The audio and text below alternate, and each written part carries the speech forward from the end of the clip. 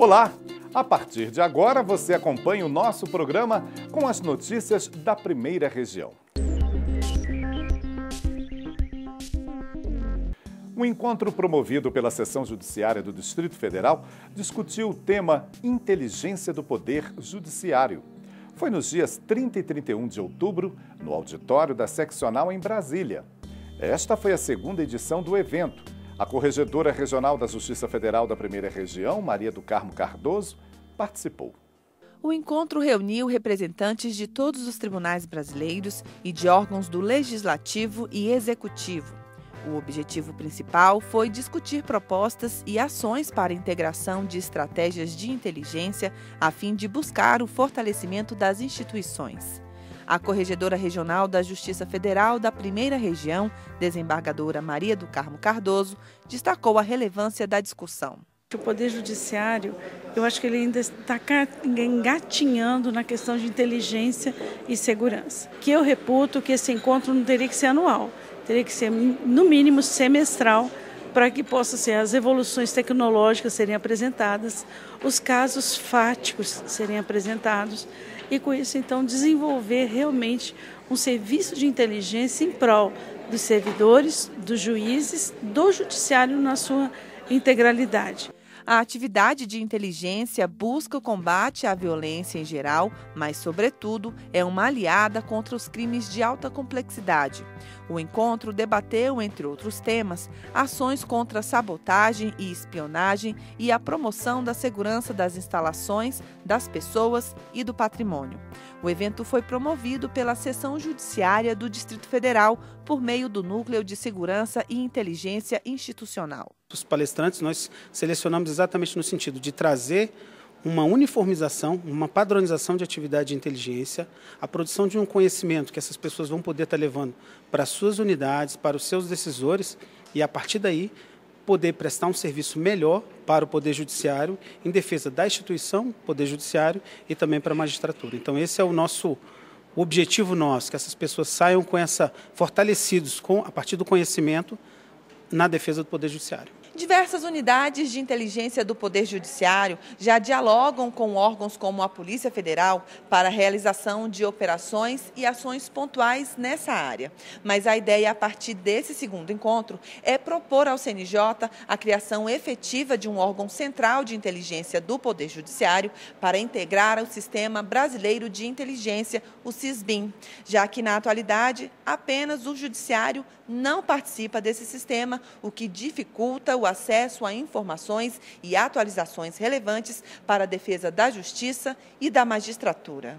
Na minha opinião, é das questões, dos pontos mais cruciais do Poder Judiciário hoje em dia. O cidadão tem que ter segurança de que seus juízes, seus magistrados, juízes, desembargadores, ministros, estarão livres, estarão protegidos para proferir as decisões que as respectivas consciências ditarem e que possam dar efetividade a isso sem temor, de forma mais destemida possível, na defesa não só da instituição, mas na defesa da sociedade brasileira.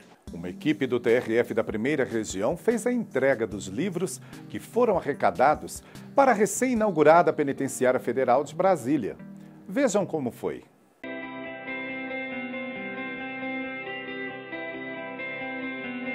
No total, mais de 2.000 livros foram doados pelos servidores do tribunal durante a campanha Ler Liberta, Doe Conhecimento, e 1.000 puderam ser destinados para a Penitenciária Federal de Brasília. Isso porque as obras passaram por uma triagem pela biblioteca do TRF1. Nós fizemos a seleção a partir da orientação dos servidores da DEPEN.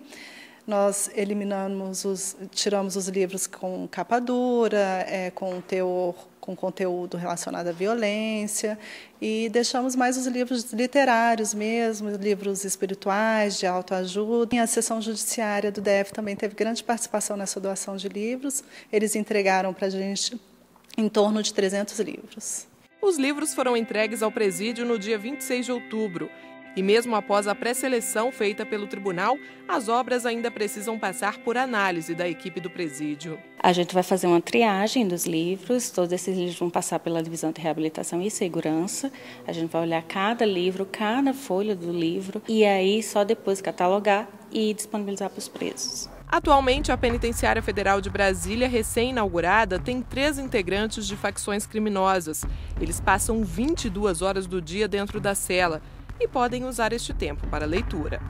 Todas essas doações são muito importantes para nossas atividades, já que os nossos presos eles leem muito.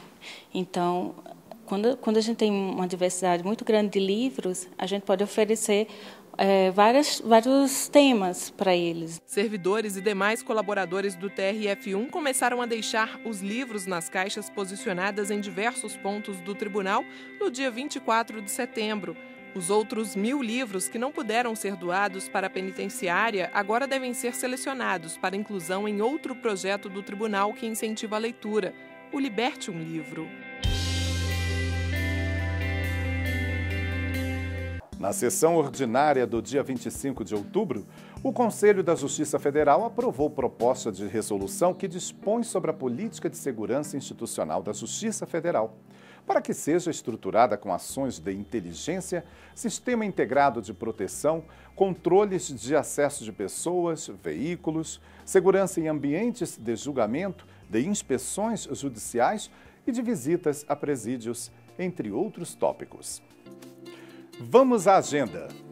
Entre os dias 5 e 9 de novembro, acontece a Semana Nacional da Conciliação, que envolve os tribunais de justiça e os federais, e os tribunais do trabalho. Se o cidadão ou instituição tiver interesse em incluir seu processo na Semana da Conciliação, deve procurar o tribunal onde o caso tramita. Informações na página do Conselho Nacional de Justiça, www.cnj.jus.br. Agora a gente conta como foi a 6ª edição do projeto Cuidando do Cuidador, criado pelo Serviço Social do TRF1 para ajudar os servidores que cuidam de idosos ou parentes doentes. Foi no dia 26 de outubro.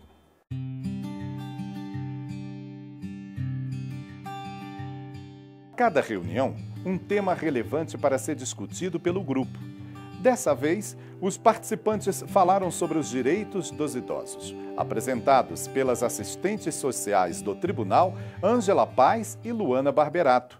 Tentamos dar um panorama geral sobre os direitos dos idosos, partindo inicialmente do Estatuto do Idoso, e aí a gente detalhou um pouco mais sobre questões do DF, então como que você faz para conseguir transporte público, carteirinha do idoso, a partir de qual idade você tem direito, como o projeto é Cuidando do Cuidador, então a gente falou muito também dos idosos que os participantes do projeto estão cuidando, mas também para aqueles que têm mais de 60 anos, servidores que têm mais de 60 anos, como eu faço para acessar alguns benefícios que são previstos dentro do Estatuto do Idoso. E falamos também sobre o idoso como um ser social, então dizer que o idoso ele também tem direito de ter uma vida cultural, uma vida de lazer, e como isso é importante, né? Respeitar, inclusive, a vontade do idoso. Houve até um tema bastante delicado, a dignidade na hora da morte. O tabu, eu acho que é essa questão da morte digna mesmo, né? Do cuidado paliativo, da eutanásia. As pessoas têm muito medo de falar sobre a morte, e isso é um tabu. Falar sobre a morte, falar sobre o morrer, estar próximo da morte. E a velhice, ela representa isso muito para as pessoas, né? Ah, quer dizer que eu estou envelhecendo, quer dizer que eu vou morrer. E não necessariamente. Você continua sendo um cidadão com direitos de ir e vir, com direitos de poder fazer atividades culturais, sociais, né, e tantas outras, mas também que você pode pensar sobre a morte e falar sobre ela, e ter uma morte digna.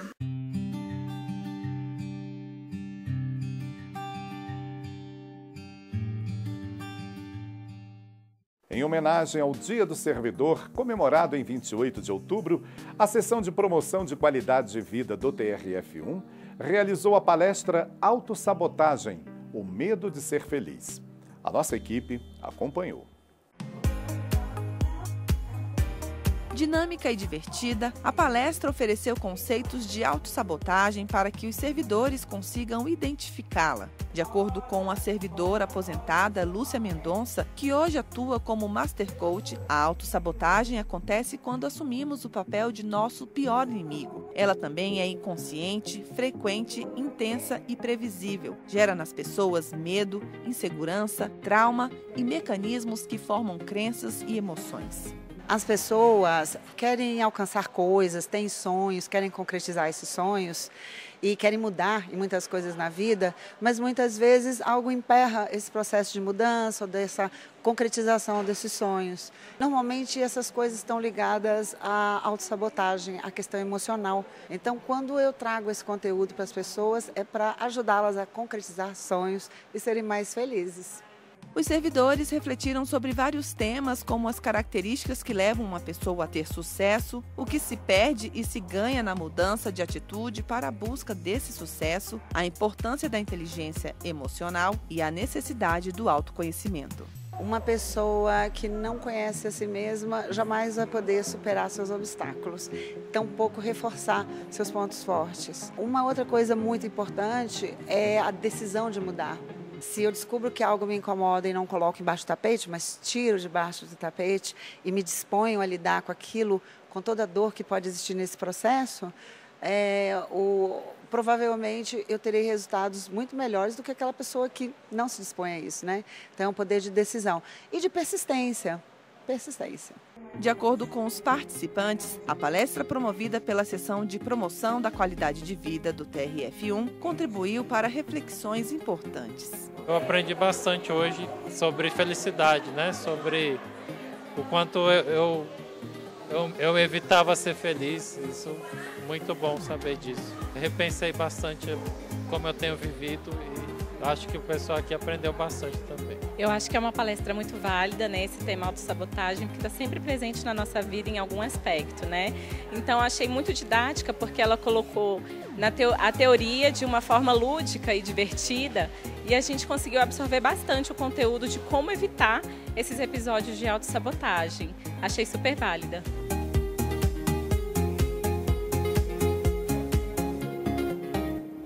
Esse foi o Primeira Região na Web. Semana que vem estaremos de volta. Até lá. Tchau.